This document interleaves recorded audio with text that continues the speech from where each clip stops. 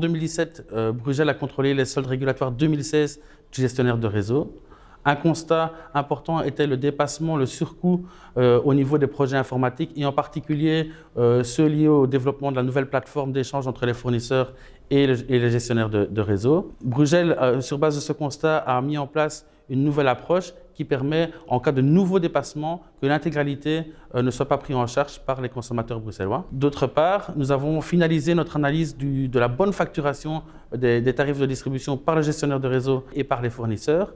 Alors, d'une part, ça a permis de développer une expertise en interne au niveau de la facturation et d'autre part, de garantir aux Bruxellois une facturation correcte de leurs tarifs de distribution.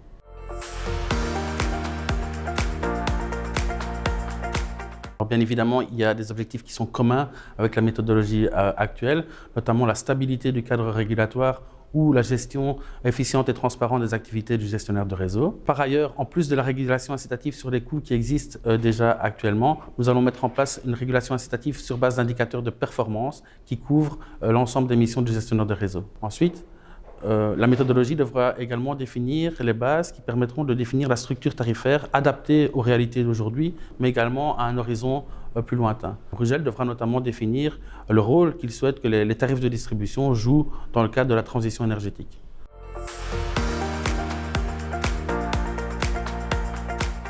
La première mesure est très pragmatique. Elle consistait à analyser les dispositifs réglementaires qui fixent le prix de l'eau sur la région bruxelloise. La deuxième mesure était d'établir un diagnostic, un premier diagnostic des opérateurs.